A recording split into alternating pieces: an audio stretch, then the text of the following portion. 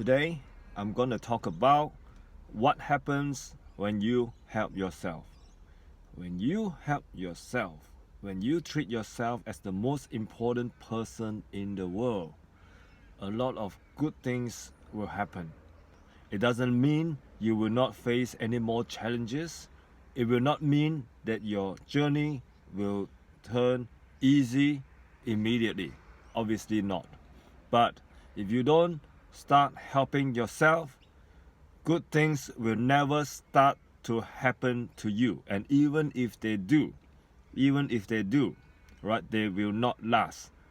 Right? They will not make any lasting impact on your life. If you are in a rut, you can feel bad, you can feel down, you can feel upset. You can be upset about it, right? You can even feel sorry for yourself, but you set an alarm clock, right? Or you set a deadline. 1 day, 2 days, or give yourself 5 days, or even a week, right? If you can afford it. If not, right, set an alarm clock 5 hours from now, right? Or before you go to bed, you better decide what time you want to wake up, right? Go to bed tonight early, doesn't matter, right? But make sure you get up the time that you want to show yourself that you are helping yourself, right? You got to swallow the bitter pill, right? It's not easy, but it is the pill that you need to take. Get up at the time that you need to get up. All right, go about doing everything that you have set out in your diary the day before or the night before. All right, but before you go to bed, pack your bag. All right, set up everything for tomorrow's activities, tomorrow's events. Get your clothes ready, put your shoes where they are, right? So that you walk out the door, you put on your shoes, right? Everything is been done for the night before, right? Have a good day ahead. The other day, right, I was talking to this student of mine, right? Because right now I'm teaching English to a lot of migrants who just settled in. Some of them in their 50s, some of them in their 40s. I got two in their 20s, right? So this guy came from Afghanistan, right? About 1.5 years ago, right? He's 29. I just came to know that he did some martial arts, some Chinese martial arts while he was living in Afghanistan because because of his interests. And then he came to Australia, right? I knew this when he was introducing himself to the class because I got them to come out and introduce themselves to the class. That way to get them to practice using their English, build their confidence speaking in front of a small group of people. So while in the computer lab, right, I was having a short chat with him. And of course, I brought up the topic of someone in Afghanistan who looked very much like Bruce Lee. He has been an internet sensation a few years back, as far as I can remember, at least 4 or 5 years or whatever. I came to know about this. And then he told me his name is Abbas Alizada.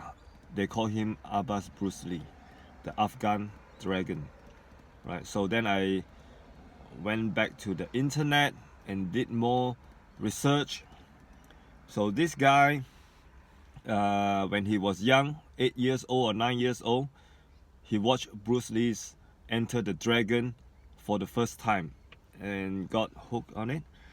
He loved Bruce Lee, right? Admired him a lot and started to get interested in Kung Fu as well. At the age of 14, right, he put up his photo, his video on social media, and within a few months it became very viral, right, across the world.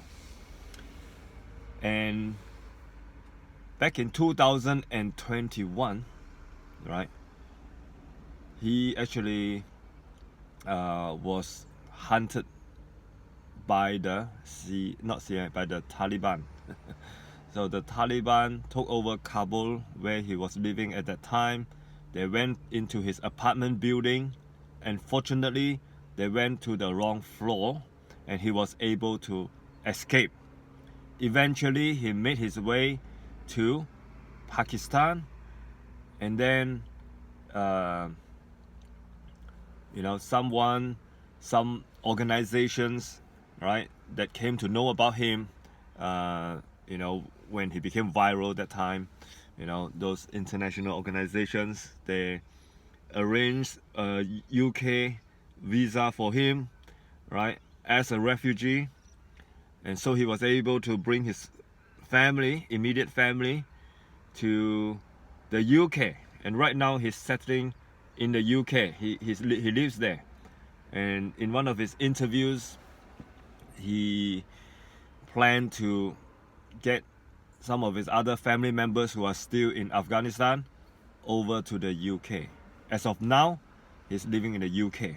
And in that short interview, he also mentioned about a certain Chinese martial art master, right, who is based in the UK, right, has helped him a lot since he lives there. I'm not sure whether that teacher has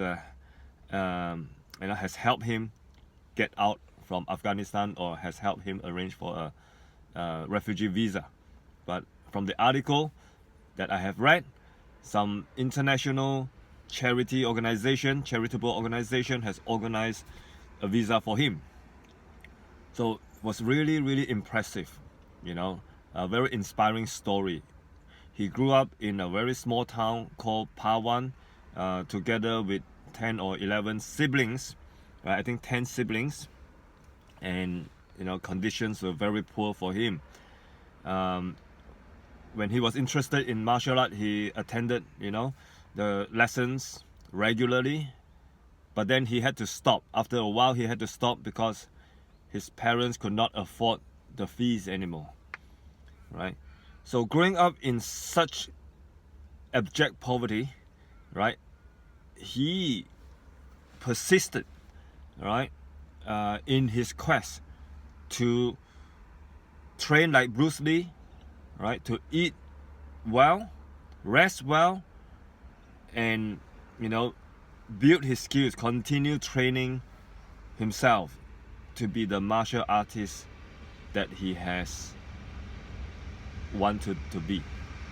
All right, I mean, obviously he cannot be Bruce Lee, but he's a decent enough martial artist, right? He participated in 2 tournaments.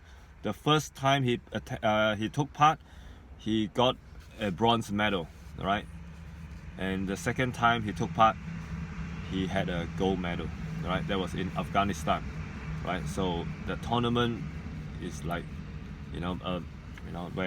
where you use your martial arts skills to beat your opponent, right? So he's not just look, right? He can actually do a decent fight, right? Put up a decent fight. Let's call it at that, right? It's no small feat, right? Because when you are in a poor situation, right, where eating becomes a problem, right, that training, right, that extra nutrition that you need to be able to train well, right, is not easy. And sometimes I feel that people who are in all this abject poverty, right, or challenging conditions, they have more drive, obviously, but they also have more creativity, right,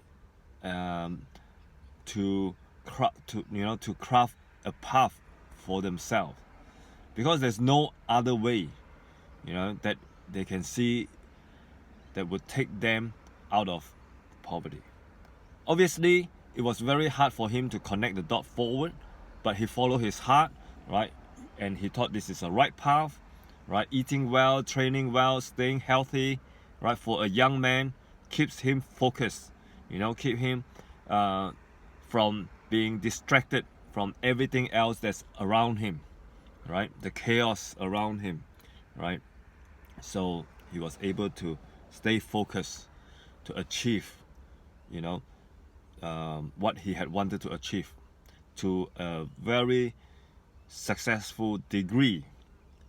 And people are entertained, people are inspired, and people become interested, right, when they see his videos, because he's kicking very much like Bruce Lee, he's punching very much like him. The way he done his nunchuck, he has put in lots of sweat equity into it, right? Because he's pretty decent at doing that. In fact, it's more than decent.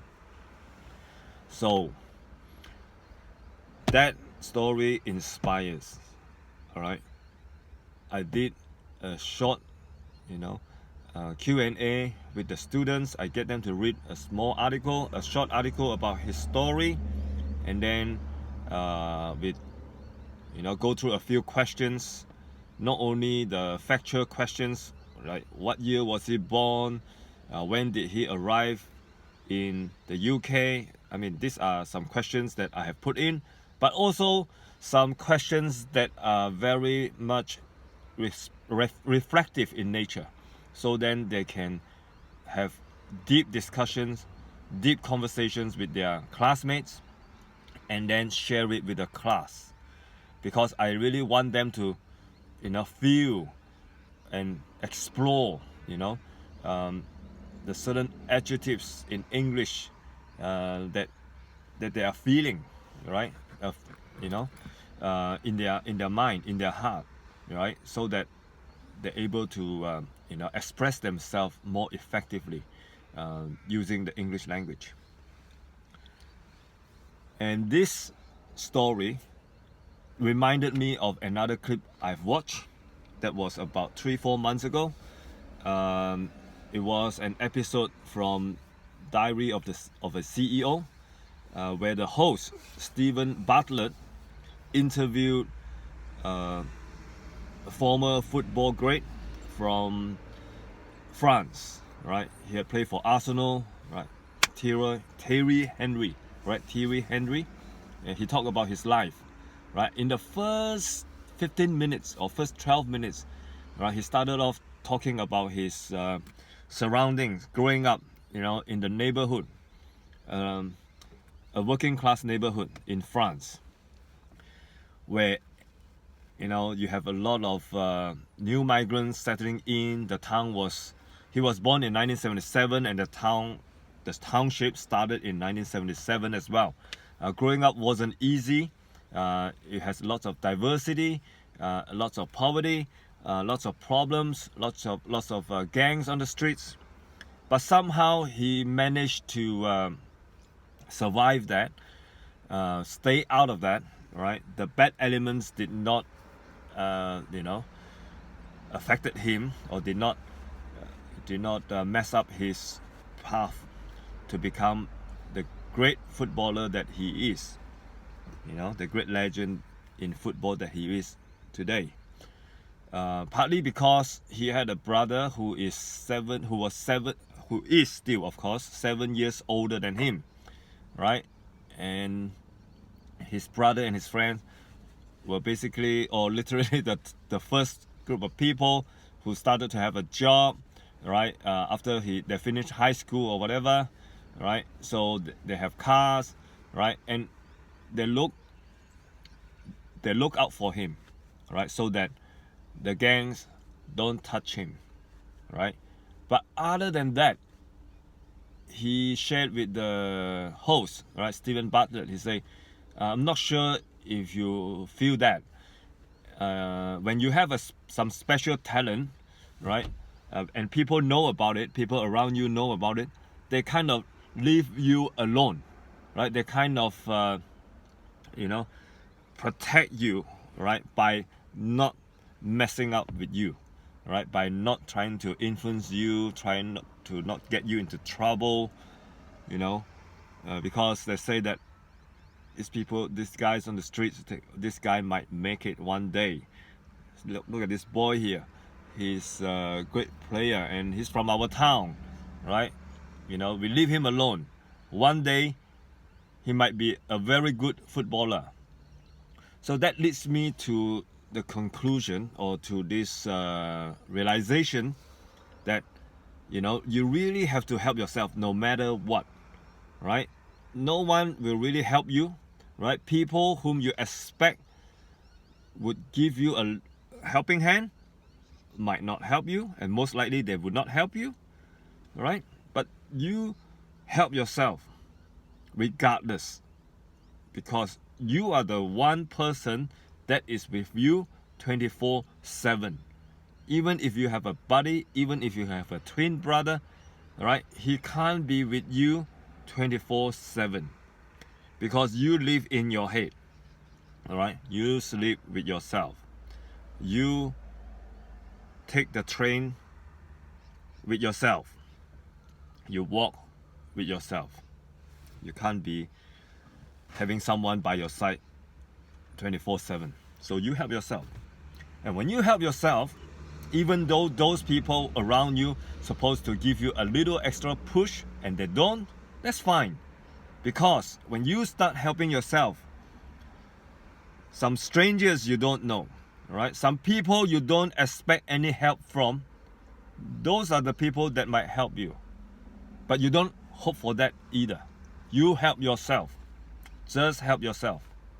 The two stories is a testament to this theory that you have to help yourself, and then one day, right, when you most need some extra help, and that help will come, right? But you cannot connect the dots forward, as Steve Jobs said, you know, looking back, right?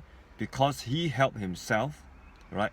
Abbas, right? He worked hard on becoming Bruce Lee, and when the Taliban come hunting down for him, right, people give him that little help, get him the visa, right? And now he's in the UK. Not only he has himself been helped, but because he helped himself, right, someone helped him get the visa, and he is able to help his family, right? Thierry Henry, same thing, right? Because he helped himself by being very disciplined, training every day, right? Improving, 1% a day as a footballer, right? As an athlete. So even the gangs on the streets notice that, right? Like he's playing for some, club, or playing for their town, right? Representing their district. So they leave him alone. They left him alone, right? I mean, you might not expect the gangs to really help you by giving you money, buying you a pair of new boots. Not that kind of help, But for guys on the streets, if they leave your kid alone, they're helping your kid tremendously. You see that, right? So you help yourself. I can't emphasize this enough. I'm also telling myself too, because there are times I feel helpless. There are times I feel like I'm in a rut, right? So these two stories, these two individuals, the stories really inspired me. So much so that I'm doing this video here, right? So that one day, right, if I'm really down and feel like giving up, hopefully I stumble across this video of myself talking about this story, and that will be another instance of me helping myself. Have a good day, everyone. Until the next video. Thank you for watching.